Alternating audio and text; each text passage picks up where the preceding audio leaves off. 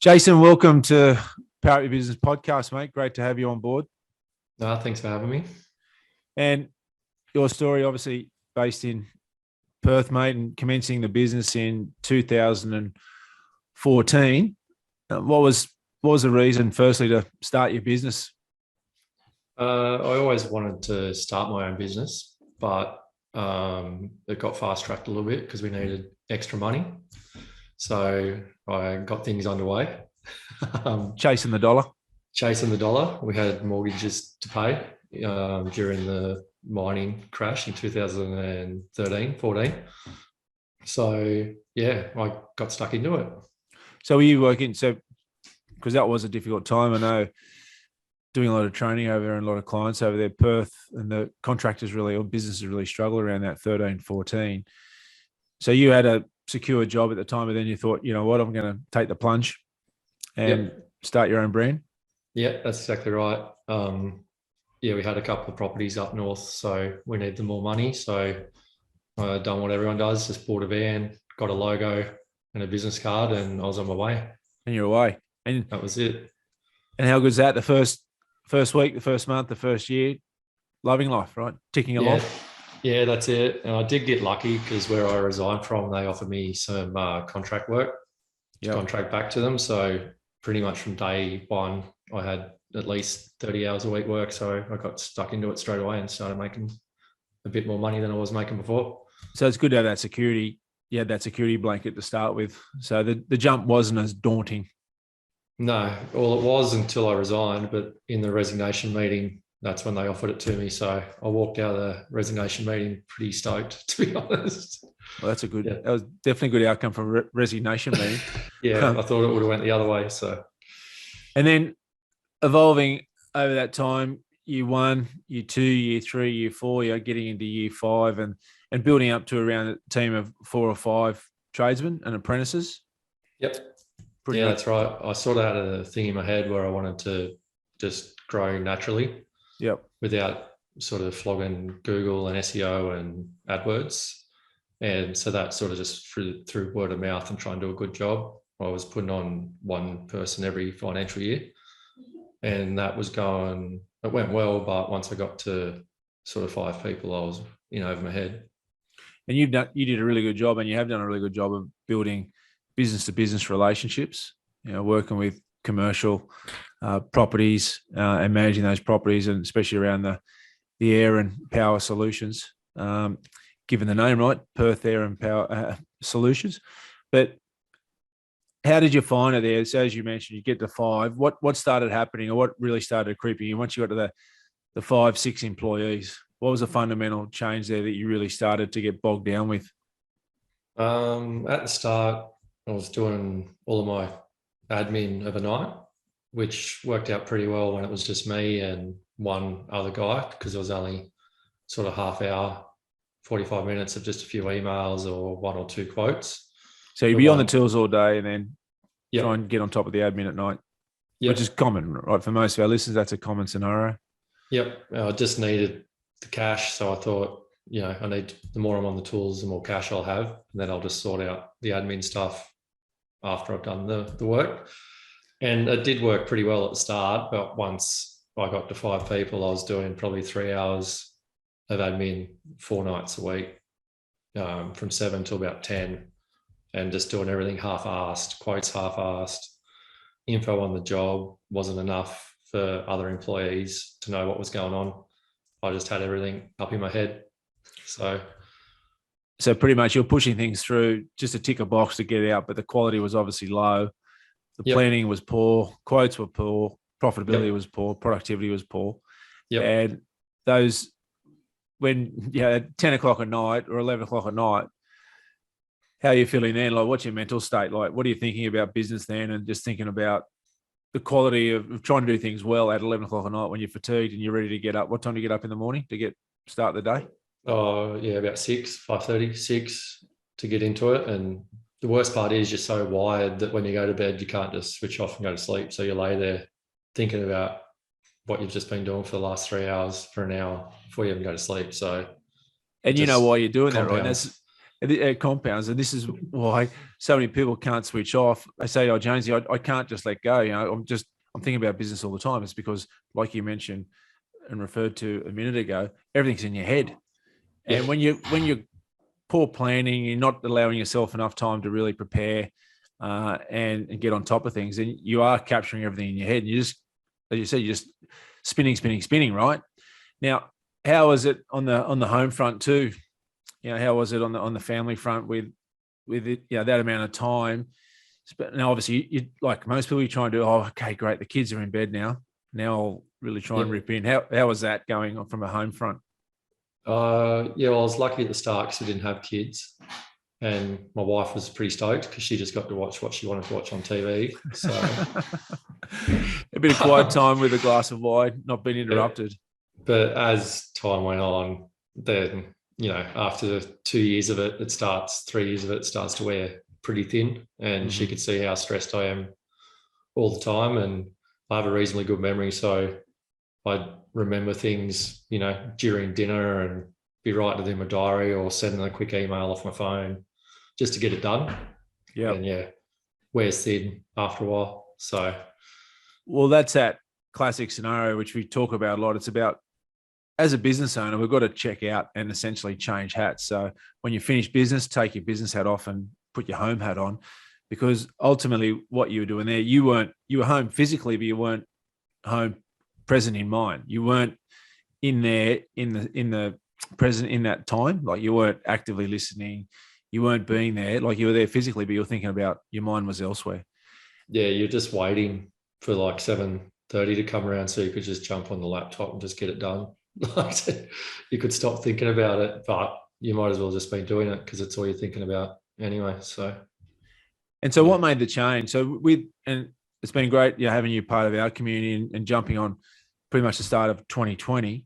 So it took you essentially 6 years, and we touched base. I think some of our training sessions that we conduct over in Perth, I think we touched base originally 2019, around there. Was it 2019, early 2020?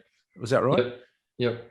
Yeah, no, I first come across like the podcast, to be honest. I'm a bit of a podcaster and listened to a few different podcasts, and everyone that had been successful and seemed to have the perfect ratio of work and life all had like a business coaching program or a mentor. Yep. And a lot of the other ones I listened to were a bit too corporate and cheesy, but I just like the Cube sort of way of doing it, sort of no bullshit, just get stuck in and get it done. So that's why I sort of reached out and signed up. And I appreciate that. And as you were with our program, it is all about honesty and about accountability, and with our success habits and the methodology, it's great. We've got a great track record, but you can have a great track record and you can, have all the steps in place, but essentially it's still up to the individual to really implement it and buy into it. And that's one thing that you've done really well. And that's what I want to go through now, really about.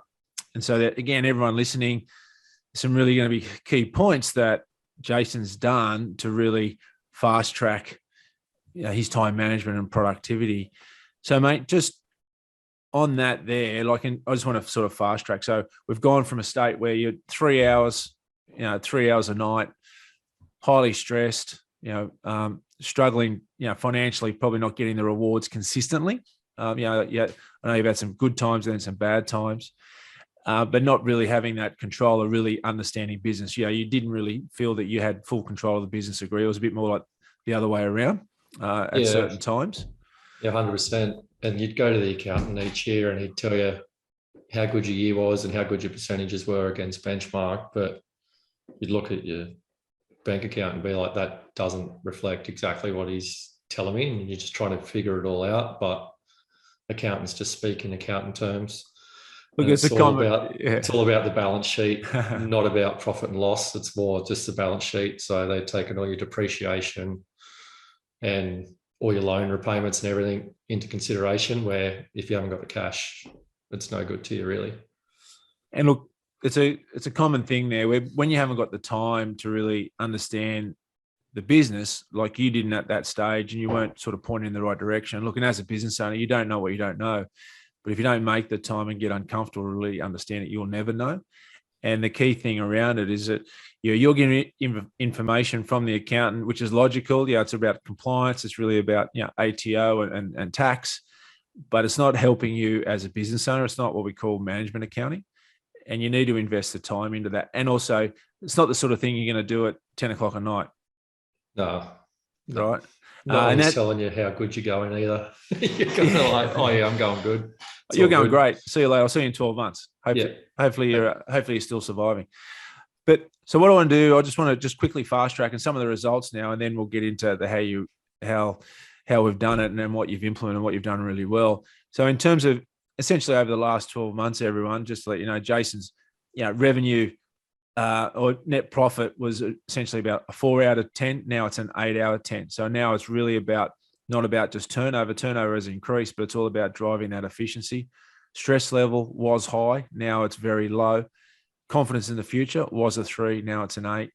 Team ownership has increased considerably from 5 to 8, even though, and again, you've done a good job with your team over a number of years. Family life, that's a key, from 5 to an 8. And then the overall financial position, cash in bank, understanding the numbers, financial intelligence, 5 to an 8 as well. So we've really pushed that spectrum from all that dial from where you were at a low state to much more of a high state, much more in control state. And it's what we're seeing, obviously, in this year's financials, in this year's P&L. So 2021, 2022 financial year to date, first 5 months has been cracking results, right, which is fantastic.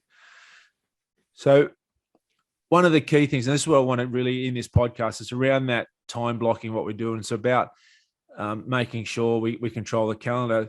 Just talk through some of the key things that have really started to set you free and get you that, improve that work-life balance. Let's just work through, and obviously we talk about time blocking and the calendar and other aspects like that, but talk me through some of the things that's really pertinent for you to drive change.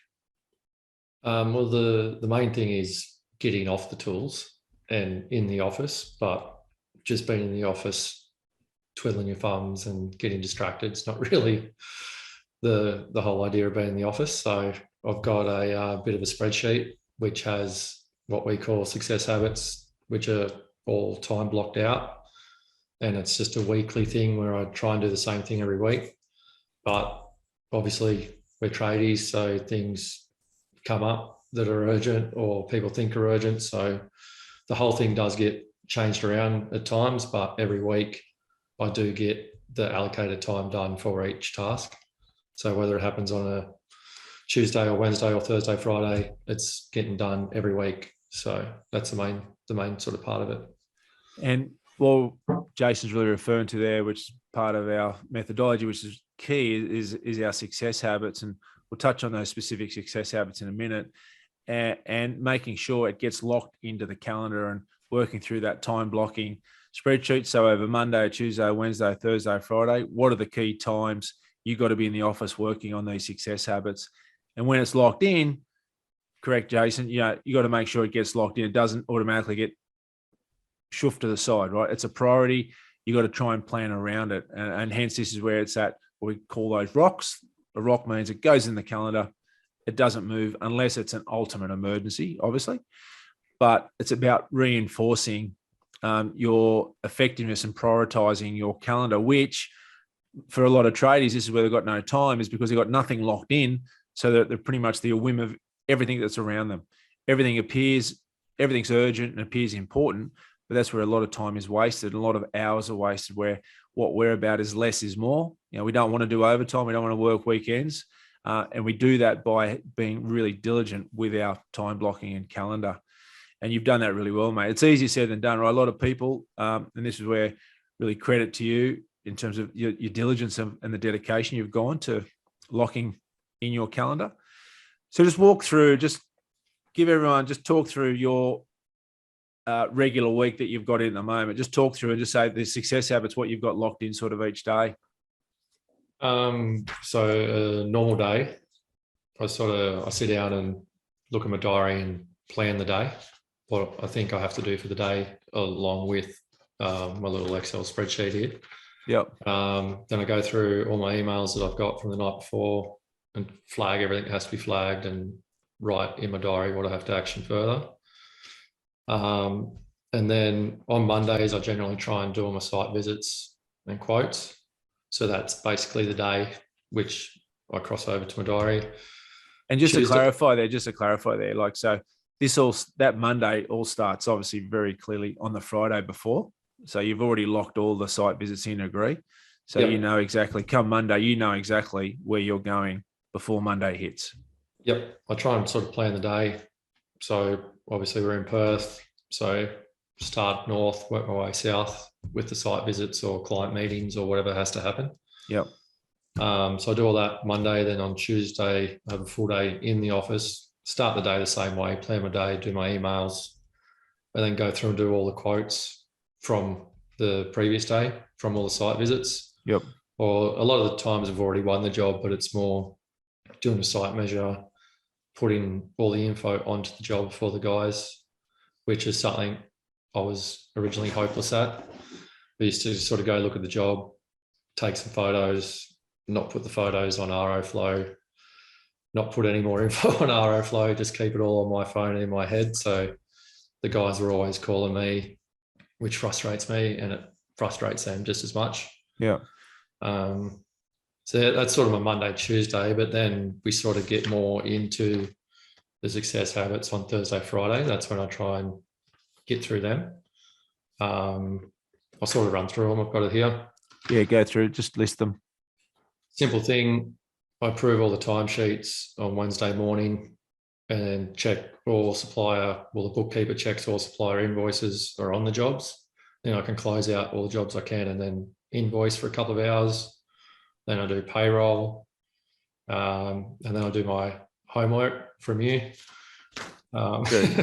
Which is a priority, right? Make sure you don't fall behind. That's exactly right. You make me accountable, so I get in trouble if that's not done. So I'll do all that. Thursday morning, I start by trying to have like just 2 hours to refining a process. So something that not necessarily annoys me, but more annoys the techs from team, from me not being organised or something that should be done that isn't done. So I try and do one thing every week or every fortnight. And then I plan basically next week and try and order all materials that need to be ordered for the following week. So that's on the Thursday? Was that the Thursday? Yep. And then on Friday morning, I try and leave it free because, again, we're tradies and your day gets full from phone calls a couple of days before, but I always go through cash flow forecasting and chasing up money that's owed to me on Friday mornings, which is pretty simple. It's just resending statements or checking people have actually received an invoice if it's overdue. And then if you need to make the call, then you can make the call. Make the call.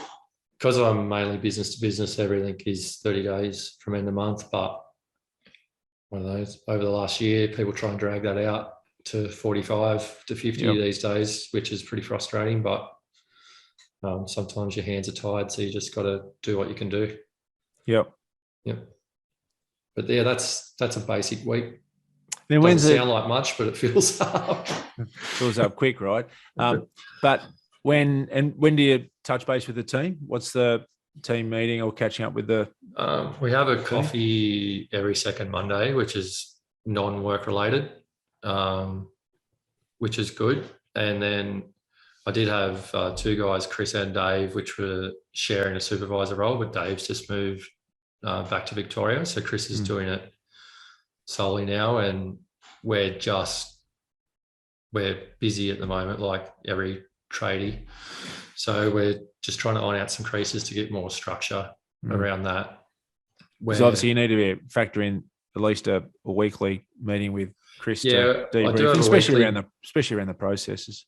Yeah, I do have a weekly meeting with Chris, but I'm trying to get it so once the job's actually live, he manages the job then. So he can do the site measures and he can organise it with the client and he can order the materials. But we're just in a little bit of a crossover period at the moment. So we're figuring that out. Well, that comes back to that Thursday morning where you're working on the process refinement. That's it. They're the processes that we're talking about. Yep. I'm always just trying to make a new Word document or spreadsheet or something just to, Or a video. yeah, or a video just to make things easier. So that's a key element for every business owner is we're trying to that process refinement so you can actually effectively delegate to someone else so you don't get the calls. And this is where most people, because they don't control their calendar, because they're not time blocking, they never spend time to actually improve processes. Or they say, I haven't got time, Jonesy. That's great. Haven't got time. So you continually answer the phone, right? Answer the phone from people, like you mentioned before, you're getting calls from people that pees you off, pees the other person off as well. Now, overall now talk about, and again, this is that less is more. Now that we've implemented, just for everyone, Jason has really done best practice here. We really use what Jason is using as a time blocking, as a definitely a guide and a template for everyone in our community to use and use that as a go-to. But effectively now that you're, again, not running around on site, being pulled and being that firefighter, how many hours are you saving on a daily basis, you think now? So how many hours are you investing in the business on a daily basis now as opposed to before? I only really do my max 9-hour days now. Yep. Yeah, I get to work around 7 and leave around 4. And 4:30. I was doing probably 7 to 5 on the tools, and then 3 hours, 3 or 4 nights a week. So you're doing 10 hours. So you're effectively nearly doing 13 hours. You're nearly doing 13-hour days before. Now you're doing 9. So essentially, you've chopped off about 3 to 4 hours a day. Yeah, but I don't even take my diary or laptop home now.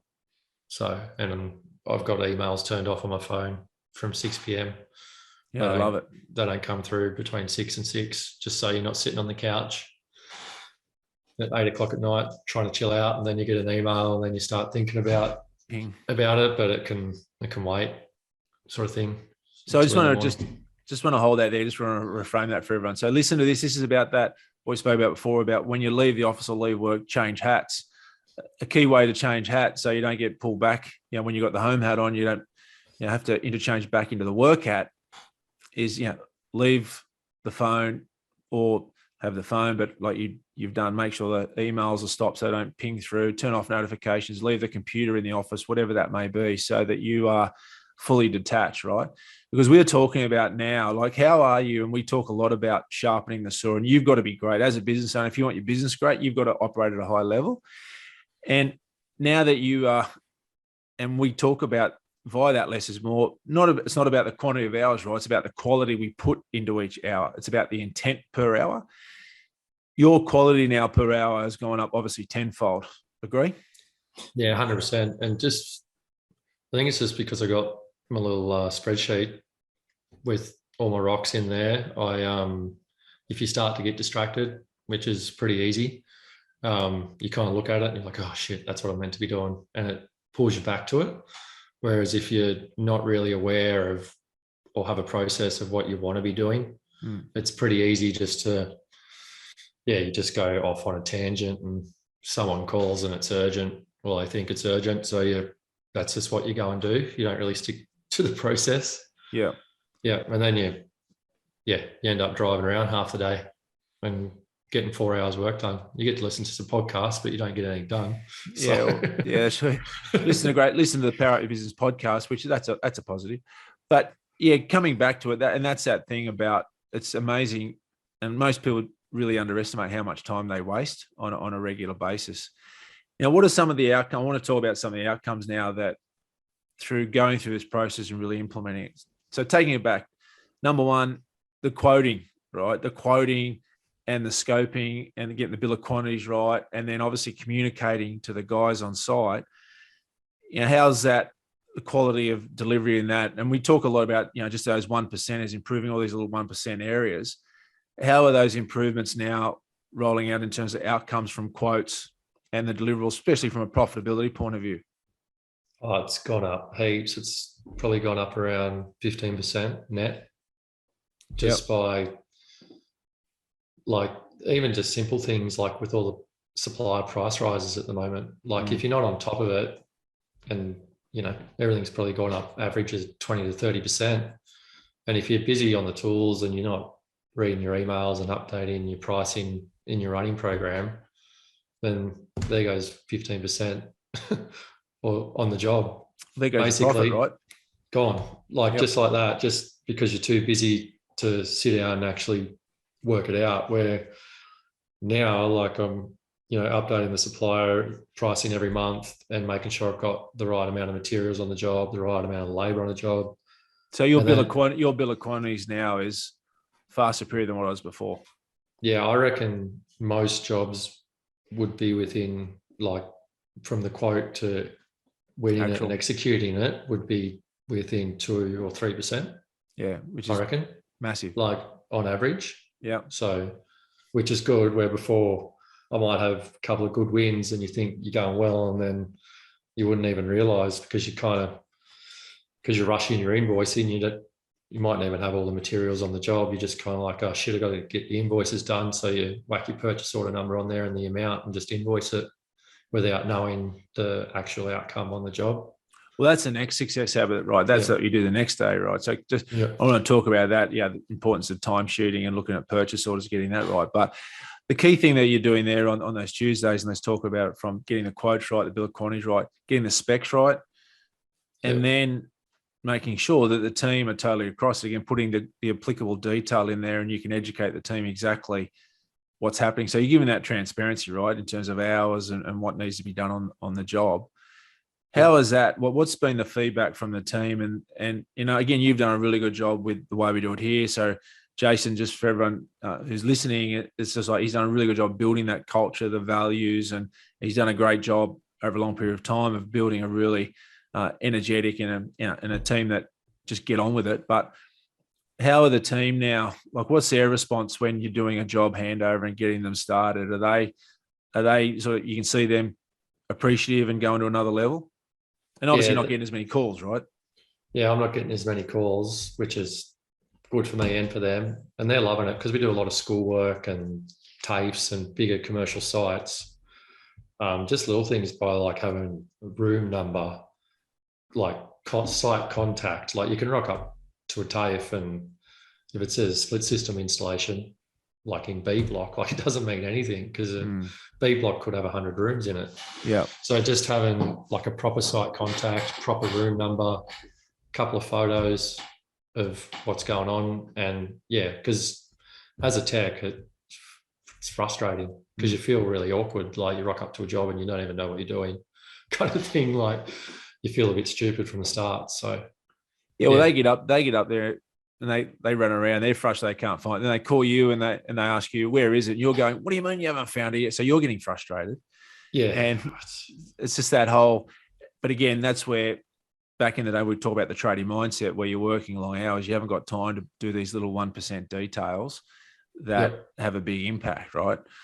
So cool. So in terms of these success habits, this is what I want everyone to think about. Start from the start. We're getting the start right, the quote right, the specs right, the handover right. And then on the next day, it's allowing you to, from the success habits, then making sure timesheets are right, all the purchases are right, it all lines up to obviously the quote, and then you can then send the invoice off at the applicable stage so you know that the invoice is correct. So you're not missing any materials or any variations, anything like that is locked away. Solid. Agree?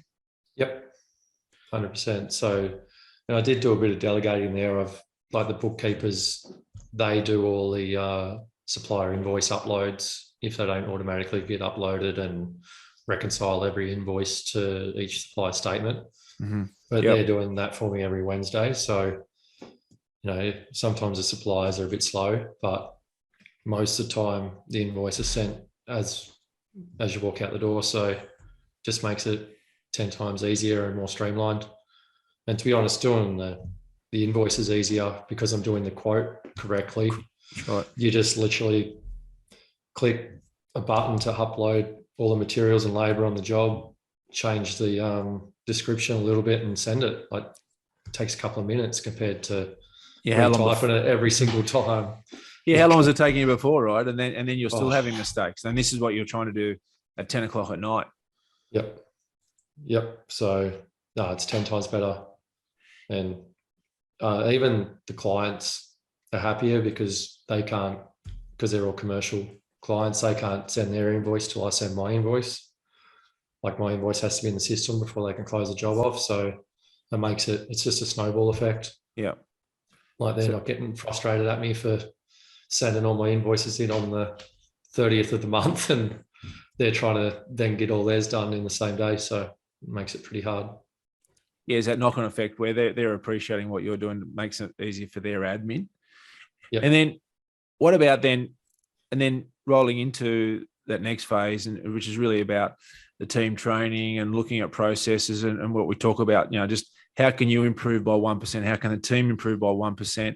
Now, for listeners out there, especially those that don't really know your numbers, it is hard to really appreciate the impact of little improvements on a number of different processes, the impact it delivers on the bottom line, but it is massive. And obviously you've done a really good job of adopting that, Jason, mate, and, really understanding, wow, if I just do 1% here, 1% here, and we're talking on the bottom line, everyone, we're talking tens of thousands of dollars, right? A couple of percent here can be tens of thousands of dollars on the bottom line, which essentially for you as a business owner, that's your reward, right? That's your, family holiday, pay off the mortgage quicker, whatever that may be. But with going through this, how tight now are your processes? And again, because you're working on it, you've got it locked in, just tightening everything. How's that been? What are some of the highlights that you've really been able to implement as far as processes and fine tuning? Well, the main highlight's the bottom line. Of course. So I always look there first and scroll back up. But, and again, for everyone, like Jason's doing a great job from an operating profit, again, after taking a wage, around that 15, 20% consistently every month on month, agree. And you're tuning into that. Yeah, no, it's good. And just if you do have a month that's not as great, where your money's gone or why it is like that. Like, as an example, if you're spending 15 grand on materials that's put on one month, but it's not getting invoiced to the next, you actually know that's why the month wasn't that great. Or if an invoice is sent early before you've been invoiced for your materials, you know why it's the other way. You don't just think that you've had this killer month because the hit is going to be coming the month after. So you're just aware of that. Or if there's those price rises or yep. That and wage costs are probably the two biggest things, really. But again, all the other little ones add up. Where I used to just have, my bookkeeping, subscriptions, advertising, and like SEO. Like you just didn't, unless you spent hours going through it, you didn't know what was what. But now we have everything is its own detailed line item. So you can just be like, yeah, Xero cost me that, RO Flow cost me that. You don't have to actually click into things to find out why. And I'll just explain, and just on that, just to explain for people, it's rather than which most people's chart of accounts. So if you have a look at your profit and loss, you've got one line item for subscriptions, and in that one line item, you've got Aeroflow, you've got Xero, you've got other memberships, multiple, 365, Google. Whereas what we did, you need to, as a business owner, you need to break that down into separate line item accounts. So we're in control of it. We understand what we're investing. And we also understand, are we in the questions, which is part of the success habits, is questioning, am I getting a return on this investment? Do I need this? Is it adding value to the business going forward? And we do that for all the buckets of our categories and our accounts. And that's one thing that you've done really well too. And this is, again, it's about, you're now making educated decisions, right? Like you don't panic if it's a bad month, and you don't get overexcited if it's a really good month, because we're always trying to understand why has this been delivered, because we're knowing the numbers and, more importantly, our percentages. On the back of that too, like I think, and one thing, and just everyone too, is that productivity has gone, and this we're referring back to our wage cost percentage, Jason. How important now is it, like, because it's so tight now that what you're with your team, again, this is a wage cost where Jason's wage cost as a percentage of his turnover is lower than it's ever been. And that's with Jason off the tools, right? This is what I want everyone to understand. Jason's taking a wage, paying yourself superannuation, just like every other team member, but your wage cost percentage, your productivity has gone up, essentially with you off the tools. Now, a lot of business owners out there think that I've got to be on the tools. I've got to keep on the tools to keep things ticking over, but it's actually the reverse, right? Yeah, 100%. I'm lucky that I do have a good team, and I There's can no trust luck. them. There's no luck. And, they all do have pride in their work, and I know that they'll do things to a high standard. And I guess even if you didn't really trust them, you can train them. And with all your running programs now, where you can upload a photo of 10 photos of every job, like you can't really hide. They can't do something dodgy and get away with it, because if the photo's on the job, you can check it on every job. I don't have to, but yeah, that is there. So yeah, having a good team, obviously I can trust is number one. And number two, I think the wage cost has gone down just because I'm more organised.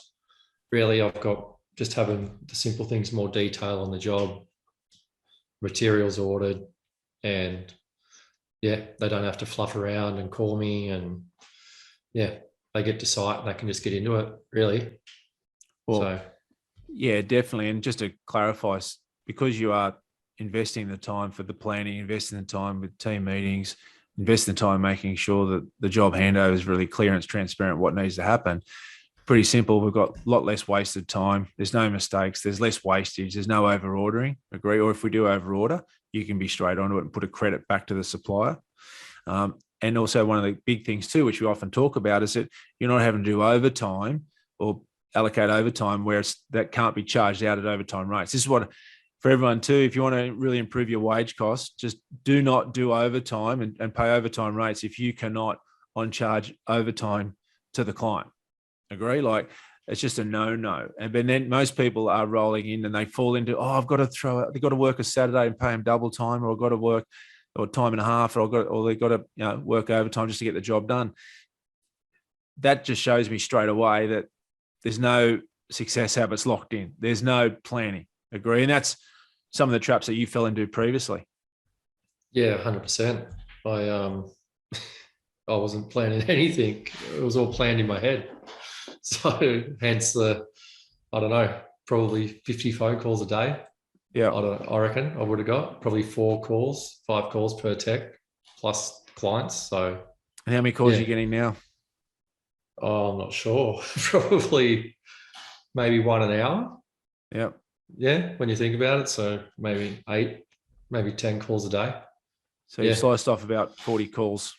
Yeah, Chris might be getting them, but at least they're not coming to me. That's the main thing. That's cool. That's part of the delegation, right? Like you're doing a good job there of handing over the ownership there.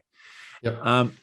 Mate, so it's really, like, again, in essence here, and this is the takeaway, everyone. I think sort of wrapping it up, mate, and just for everyone, like, we talk about, you've got to invest to get the benefits, and how hard, and it's all about getting uncomfortable. Like you said, with tradies, we're in that tradie mindset where it's all about the job. And I think, we're just hardwired to get things done and say yes. And the busier we are, of course, we're going to get ahead, which doesn't happen. How hard was it, though, to really make that change and get out of your comfort zone and get uncomfortable? Doing this stuff was uncomfortable, right? It's uncomfortable for everyone. Yeah, it is. It's 100%. Doing a podcast for me is uncomfortable. Do you know what I mean? And you're nailing it, right? Look how good is it? Yeah, right? Yeah. You sound like my accountant now. You're doing really well. It looks good. Just keep on doing it. It is pretty daunting, to be honest. Like, even just opening your books up to someone that you're basically paying to critique everything, can pick your business apart. So everything you feel like you've been doing right could be wrong. So you do feel pretty vulnerable at the start, but obviously it's not like that at all. You're here to help. So you got to be open to the process. Yeah, 100%. You got to be willing to be, if you're told that something's not right, you have to be willing to change it. Otherwise there's no point doing it. But that's the whole thing. I could have kept doing what I was doing and probably survived till I was 60, but I still would have been doing the exact same thing when I was 60, and I've had massive change just in 6 months. So it's huge. It's been really good. And look, the pleasing thing, from our point of view, and valuable member of our community, our client community with Q Performance and going through the Power Up coaching program, is that you've really sort of rolled the sleeves up and implemented it 100%. And what you've done, which is what we want everyone to do, and everyone who runs a business, this is what we should be aiming for, is that you're really getting the business to work for you. You're really getting the business to serve you, as opposed to what was happening before, where very clearly you're enslaved to the business, right? And that's essentially where most tradie business owners are. They're enslaved. They think they're running a job. They think they're running a business, but they're actually enslaved to it. Most tradie business owners are, they're enslaved to the job. They're enslaved to their business. They're at the beck and call of the business, and they've got no control. And hence where you were, high stress, financials up and down, and a general lack of control. Whereas now, coming back to, as mentioned, you're really getting in control. You're building that business that serves you. It's scalable, and ultimately going down the head, getting some value in it, where whatever part of the long-term plan, whether we sell it to someone, whether you get a full-time manager in, where ideally now, we get someone that is in your chair right now to do your job. That's obviously the next transition in the organization, but you're building it based on strong foundations and strong processes, where you're enabling other people to come and sit in your chair and take it and run with it. And that you've given them support to drive it, right? And that's what you're doing really well, because you're testing and measuring these habits that is replicable. So what you're doing now, you're creating that regular rhythm in the organization, that every business needs regular rhythm. Your team need to know what the regular rhythm is, so that they're confident and comfortable that they turn up and I know exactly what's expected day in, day out. And you're doing that really well. And like you said, what's the measure? It's the bottom line. It's that bottom line. It's the cash in the bank, right? So we can quantify that, but the qualitative things that are really important too is obviously your quality of life up, stress levels down, okay, and that confidence in the future is up, right? So it's getting that balance, because one of the key things we talk about too, right, within the community as part of our success habits is about your training, your life, getting out there with the family, whatever it is, right? It's about that balanced approach. So how's that been too, just to being able to know that it's not all about work, that you're able to then, because remember, we don't live to work, really, we really work to live. And how's that been too, like transitioning that into an overall holistic view? Yeah, it's been good, and it was really perfect timing coming on board, because we just had our second child then. So now, like, we all know what they're like. They want all of your attention, but you can actually be there present and actually engage with them, rather than be there playing with them, thinking about, oh shit, I got to write back to that email when they go to bed, or didn't do that, or whatever it is. Yeah. I just go home at the end of the day. I know I've done everything I need to do for the day, and anything else can just wait till tomorrow. Yeah. So yeah, it's just a really good feeling. And that, I love it. And that's the ultimate aim, is that when you're at home, you're at home. You're there. Yep. You're not going to miss a moment, which you don't want to miss any moment. Mate, and just to finish then, what sort of advice would you give, like as a tradie coming through, about making this transition into better time management? What do you think, off your learning, what's the number one thing they should start doing as a takeaway for them? Not 100% sure I'm qualified to give advice, but my advice on this podcast, you are would be, even if it's a one-man band or 20 people, is to get like what we call our rocks, but just them things that have to happen, like your dedicated quoting time, your dedicated invoicing time, your dedicated time to make the business better, just every week, and just stick to it. Whether it's, 6 hours a week or 3 days a week, just sort of stick at it and just keep working at it. Because it's really daunting at the start, to be honest. Like, I didn't even have employment contracts, like, as you know. Like, so you're kind of like, God, the list is just so long. But once you've been stick at it for 6 months, it starts to get a lot easier, and you actually start working on some pretty fun stuff and some cool stuff. So yeah, that's right. It's just about have that consistency. And I think one of the that you were talking about too is coming back to say that one-man band. Even as a one-man band, you should be setting aside at least maybe 4 to 6 hours a week, or half a day a week, working Yep. on the rocks, working on the business. So essentially, everyone, we're talking about 4 hours during the week. So work 4.5 days. Okay. Don't work 5 days and then, again, try and fit all this stuff in on the weekend. A lot of people try and do it on the weekend or at night. Be really diligent about less is more. Just work Monday to Friday, 7 to 3:30. And what we always talk about, put a bit of urgency in there or scarcity in there where, if you've got to stop at 3:30, then it's going to focus your attention and make sure your quality per hour is going to be up rather than going, I'll do that later. I'll do that on the weekend. Yeah. So I think, good advice there, mate. Again, start as a one-man band. And looking back, it would have been really simple. I could have been every Friday morning from 7 to 12. I'm invoicing and quoting, like that's when I'm doing it. But I just ended up filling up my weeks in advance and just keep working and not actually doing it. So, yeah. So for everyone now, like a thing that we do with, say, especially the smaller guys, like one-man band, two-man band, Friday morning, your Friday should be office days. Okay. So if you can do 8 hours, great. If you do 6 hours, great. 4 hours, great. But just start. Okay. So it's lock in that time where that's the time you're going to make sure that you're making the right decisions rather than being busy. So it's about getting out of the comfort zone. But Jace, good stuff, mate. Really appreciate jumping on board. And again, you nailed this podcast. Okay. You are now out of the comfort zone and you're in the podcast fraternity, right? Yep. And looking forward, mate, to the new year, mate. What brings, obviously, we're coming into 2022, the new year, and looking forward to, as you keep progressing as a business owner on your journey, mate. Well done. No dramas. Thank you. Thanks for having me. Cheers, mate. See ya.